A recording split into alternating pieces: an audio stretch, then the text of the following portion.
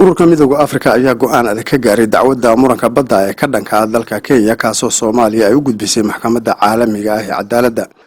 midowga Afrika oo magaalada Addis Ababa ee dalka Kenya ku yeeshay kulankiisa labaad ee golaha amniga ugana hadlayay muranka u dhexeeya Soomaaliya iyo Kenya ayaa go'aansaday sidii ay doonaysay Soomaaliya oo ahayd in dacwadda aan laga soo celin maxkamadda caalamiga ah.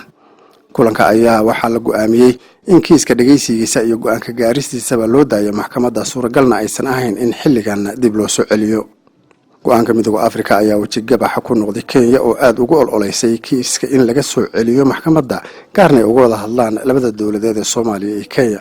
maxkamadda caalamiga ah ee cadaaladda ayaa dhawaan u ballansan dhageysiga dacwadda badda ee Soomaaliya iyo Kenya.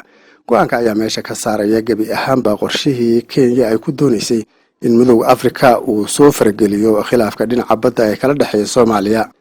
caqabadda ugu weyn ee haysata Kenya xilligan ayaa ah in aysan haysan haba yaraatee cadeymo lagu qanci karo ama u muuqda kuwa suuragal ka dhigaya in muran dhinaca badda ee xuduudda u dhex mari karo Soomaaliya iyo Kenya, kaas oo Kenya ay hadda Soomaaliya ku haysato biyo badeed baaxadeedu ay dhan yihiin 100,000 oo kiiloomitir isku wareeg ah.